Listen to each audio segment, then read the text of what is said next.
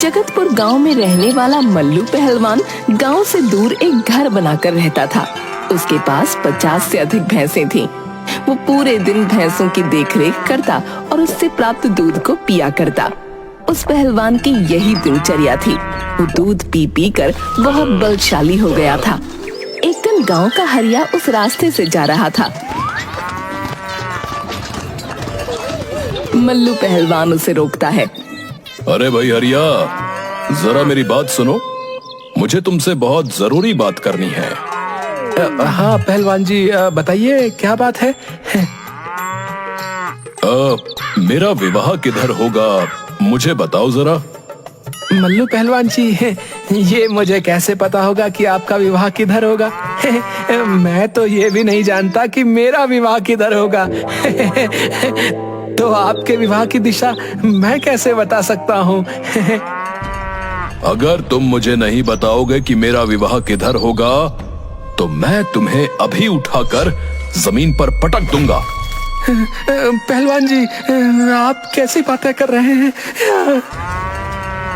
जल्दी बताओ, वरना मेरी मार खाने को तैयार हो जाओ। पहलवान जी, मुझे माफ कर दीजिए, मुझे जाने दीजिए, मेरे छोटे छोटे बच्चे। मल्लू पहलवान गुस्से में हरिया की पिटाई कर देता है। कुछ दिनों मल्लू पहलवान उस रास्ते पर आने वाले हर आदमी से यही सवाल पूछता, मेरा विवाह किधर होगा? और लोग उसका उत्तर ना दे पाए तो वो उन लोगों की पिटाई कर देता था। वो अपने साथ 50 किलो का लोहे का डंडा रखता था। आवश्यकता पड़ने पर उसी डंडे से वो युद्ध किया करता था। एक दिन की बात है, एक ब्राह्मण और एक नाई दूर देश विवाह की रस्म करने उस रास्ते से जा रहे थे। रास्ते में मल्लू पहलवान मिल गया। मेरा विवाह किधर होगा? तुम्हारा विवाह बताता हूँ, तुम्हारा विवाह वो उधर होगा है। तुम दोनों ने मुझे बहुत खुश किया है। मैं तुम दोनों को अपनी ये 50 भैंसें इनाम में देता हूँ। अब ये मेरे किसी काम की नहीं है। आपका बहुत बहुत धन्यवाद पहलवान जी। ये सब तुम लेते जाओ। अब ये सब मेरे किस काम के। अब मैं चला अपने ससुराल खातिरदारी करवाने। मल्लू पहलवान उस ताड़ के पेड़ को लक्ष्य बनाकर वहाँ पहुँच गया। वहाँ एक झोपड़ी थी, उसके अंदर विमला और एक बच्चा था। वहाँ जाकर, नमस्कार, मैं हूँ मल्लू, मैं पास के गांव में ही रहता हूँ। विमला को समझ नहीं आया कि ये कौन है। फिर उसने सोचा, ये शायद मेरे पति के जानकार होंगे। ये लीजिए बाल्टी और लोटा, हाथ पैर धो लीजिए। मैं मेहमानों का कमरा खोल देती हूँ, आप आराम से वहाँ बैठ सकते हैं। विमला का लड़का रो रहा था। लड़के को क्यों रुला रही है? विमला को कुछ नहीं समझ आता। तभी विमला का पति आता है। उस आदमी को वहाँ पाकर अचरज में पड़ जाता है। अपनी पत्नी से पूछता है, ये कौन है? पता नहीं ये कौन है। मैं तो सोच रही थी कि तुम्हारा कोई परिचित होगा, और तुम्हारे जैसा ही ये बदतमीज है। मुझे एक थप्पड़ मारा है इसने। ओए, तूने मेरी बीवी को कैसे मारा बे? कहते हुए उससे झगड़ा शुरू कर दिया। मल्लू पहलवान था, वो बदतमीजी बर्दाश्त नहीं कर पाया। उसने अपना लोहे का डंडा उठाया और एक सिर पर लगा दिया। वो आदमी वहीं पर मर गया। विमला जोर जोर से रोने लगी। हे भगवान, ये तूने क्या किया? मेरे पति को मार दिया। वो मेरा सहारा था। उसके सिवा मेरा और मेरे बच्चे का इस दुनिया में कोई नहीं। अब हमारा क्या होगा? अरे अब तुम रो मत, तुम चुप हो जाओ। मैंने जानबूझकर उसकी जान नहीं ली है। मुझे क्या पता था कि एक डंडे की मार से ही वो मर जाएगा। विमला और जोर जोर से रोने लगी। हे भगवान, ये तूने क्या कर दिया? अब हमारा क्या होगा? विमला के रोने की आवाज सुनकर धीरे धीरे वहाँ काफी लोग जमा हो जाते हैं और सब आपस में बातें करने लगते हैं।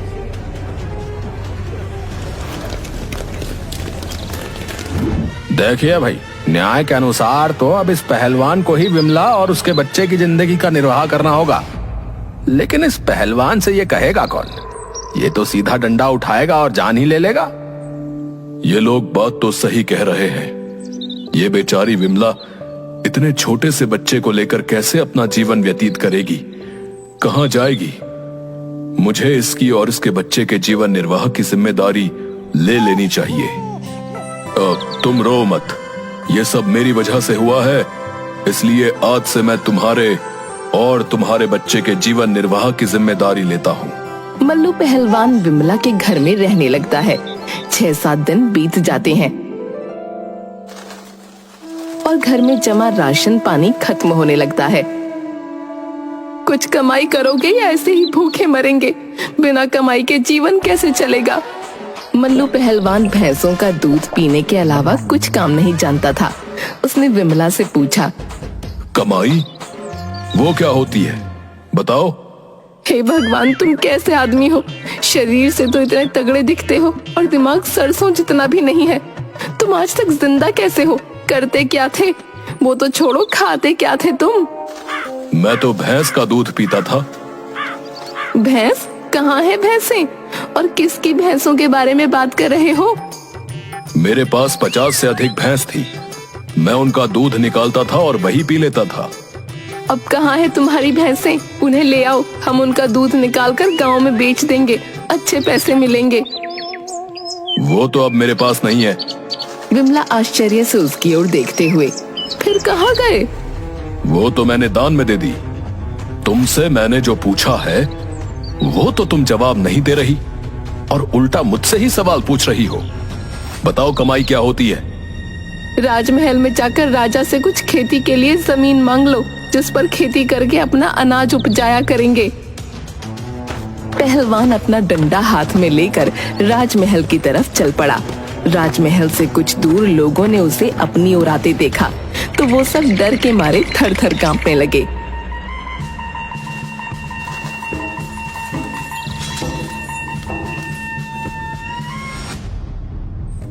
मंत्री जी, उस पहलवान के राजमहल आने से पहले ही उसके पास पहुंच जाइए और उससे यहाँ आने का कारण पूछ लीजिए, वरना क्या पता वो यहाँ आया तो एक आध को मार डालेगा। तुरंत उसके पास जाकर उसके आने का कारण पूछ लीजिए।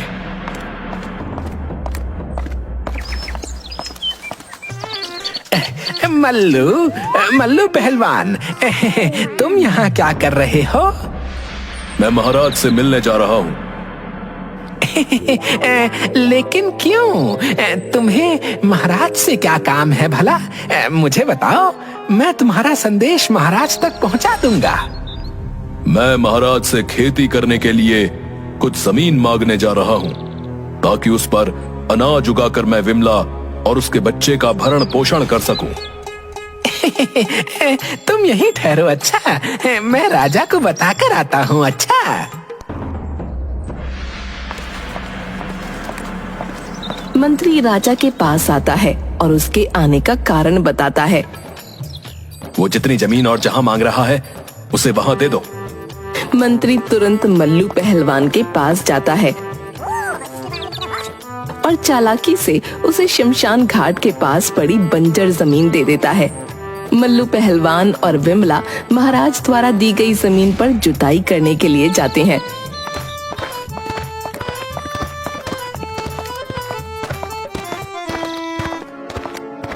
अरे राम जी, ये क्या? महाराज ने तो जो जमीन हमें दी है उसके बीच में इतना बड़ा सा पीपल का पेड़ है। अब हमें उतनी दूर का खेत छोड़कर फसल उगाना होगा। चलो कोई बात नहीं, थोड़ी कम फसल मिलेगी और क्या, कुछ नहीं से तो कुछ भला ही सही। ये खेत में आ रहा पीपल का पेड़ जिसके कारण हमारी फसल कम हो जाएगी, इसे अपने खेत से हटा देता हूँ। उसने पीपल के पेड़ पर लोहे का एक डंडा मारा जिसमें से 150 भूत नीचे उतरे।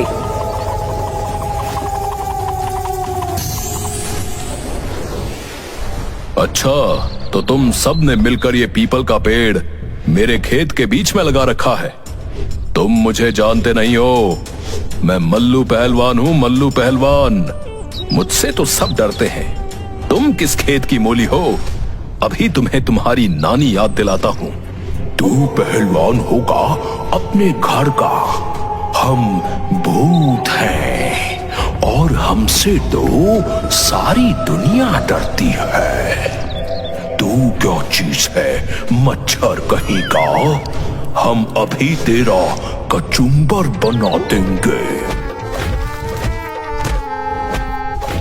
थोड़ी ही देर में भूतों की सारी गलतफहमी दूर हो जाती है। किसी का हाथ टूटा, किसी का सर फूटा, किसी का पैर टूटा। सभी लाइन से खड़े हो गए और मल्लू पहलवान से माफी मांगने लगे। हमें माफ कर दो, हमसे गलती हो गई। तुम तो सच में बहुत बलवान हो, लेकिन इस पीपल के पेड़ को हटाने का कारण तो बताओ। तुम ये पेड़ क्यों हटाना चाहते हो? ये पीपल का पेड़ मेरे खेत के बीच में आ रहा है, इसलिए मैं इसे यहाँ से हटा दूंगा और यहाँ खेती करूंगा। खेती तो तुम ऐसे भी कर सकते हो पहलवान जी। इस पेड़ को हटाने की क्या जरूरत है? इस पेड़ की वजह से मेरे खेत में कम पैदावार होगी और मुझे वो बिल्कुल पसंद नहीं है। मुझे पूरी फसल चाहिए, इसलिए मैं इसे यहाँ से हटा दूंगा और यहाँ खेती करूंगा। हम इस खेत से होने वाली सारी पैदावार के बराबर आपके घर में राशन पहुंचा देंगे, परंतु ये पेड़ आप मत तोड़ो। ये हमारा घर है और हम यहाँ कई वर्षों से रह रहे हैं। मल्लू पहलवान बलशाली था और बलशाली लोग सदैव दया करते हैं, इसलिए उसने भूतों की बात मान ली। ठीक है, मुझे तुम सब पर दया आ गई, इसलिए मैं ये पेड़ यहां से नहीं हटाऊंगा। लेकिन मेरी एक बात कान खोल कर सुन लो। अगर मेरे घर में राशन की कमी हुई तो मैं इस पेड़ को अगली बार एक बार में ही गिरा दूंगा और फिर मैं किसी की कुछ नहीं सुनूंगा। जी पहलवान जी, आप निश्चिंत रहिए, आपके घर राशन समय पर पहुंच जाया करेगा और कभी राशन की कमी भी नहीं होगी। बस आप ये पेड़ मत हटाइएगा। मल्लू पहलवान घर चला गया। अब भूतों ने मल्लू पहलवान के घर 6 महीने का राशन भंडार कर दिया। मल्लू पहलवान मौज की जिंदगी यापन करने लगा। भूतों को ये सौदा बहुत महंगा पड़ा। वो काम कर कर के दुबले होने लगे। एक दिन बाद भूतों के गुरुजी वहाँ पहुँचे और उन्होंने उन सबको दुबला पाकर पूछा, क्या कारण है मेरे शिष्यों, तुम सब इतने दुबले दिखाई दे रहे हो? क्या तुम्हें समय पर भोजन पानी नहीं मिल रहा या फिर कोई और कारण है? मुझे बताओ, मैं तुम्हारा गुरु हूँ। गुरुजी, हम बहुत बड़े संकट में फंस गए हैं। ये जमीन एक पहलवान ने ले ली है और वो यहाँ खेती करना चाहता है। तो इसमें तुम दुबले क्यों हो रहे हो भाई? गुरुजी, उस पहलवान की हुजूरी करने और उसको राशन पहुंचाने के काम में हमारा सारा वक्त चला जाता है, जिसके कारण ना तो हम ठीक से खाना खा पाते हैं और ना ही सो पाते हैं। यही कारण है गुरुजी कि हम दुबले होते जा रहे हैं।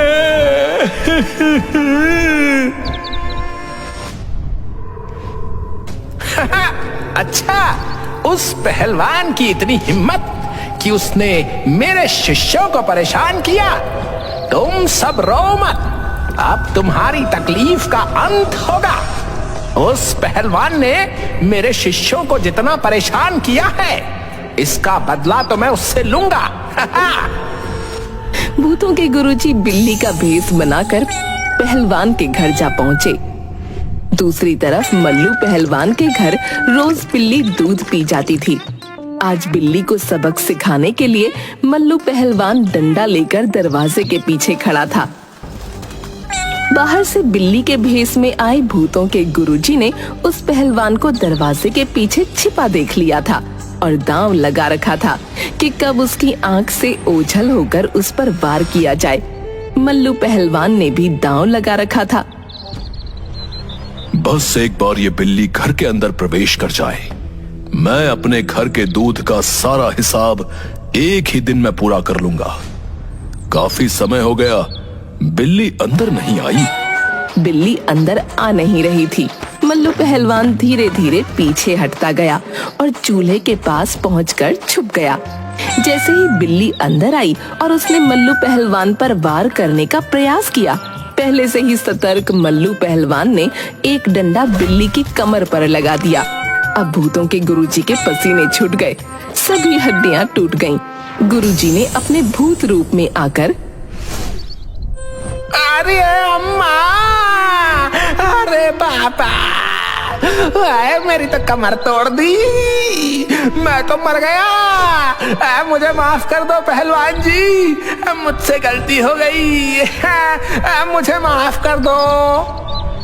तुम कौन हो और यहाँ बिल्ली के रूप में क्या कर रहे थे? आपके खेत में जो पीपल का पेड़ है, उस पर रहने वाले भूतों का मैं गुरु हूँ और मैं गलती से यहाँ आपसे बदला लेने आ गया था। मुझे माफ कर दीजिए, मुझे जाने दीजिए। इतनी आसानी से कैसे जाने दूंगा तुझे? तू तो मुझसे बदला लेने आया था ना। रुक जा तू।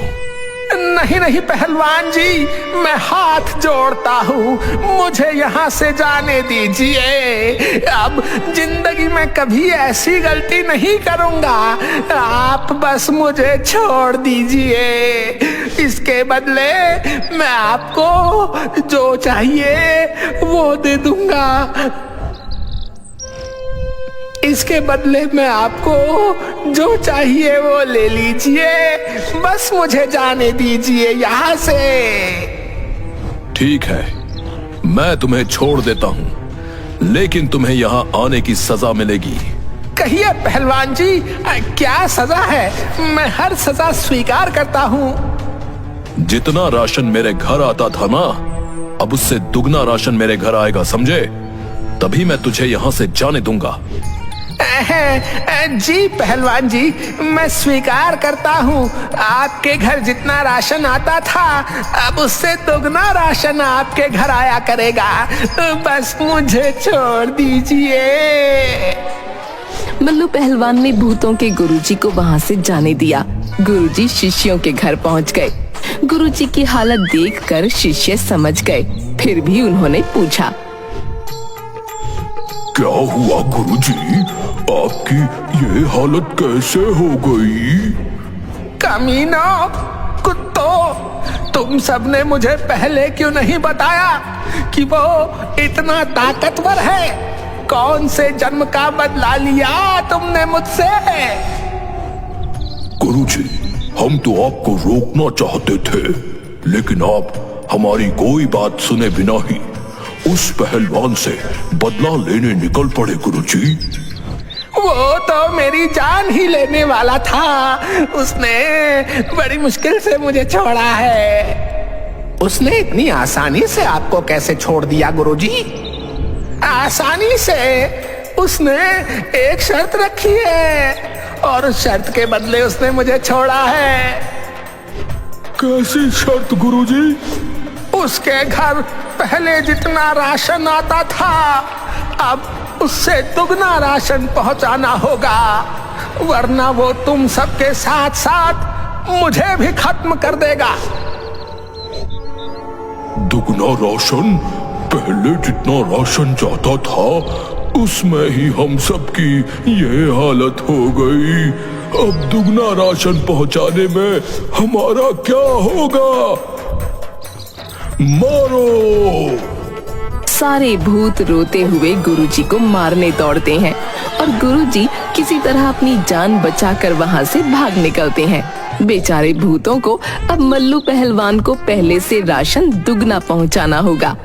एक तो पहले ही भूत दुबले थे, अब ये आफत।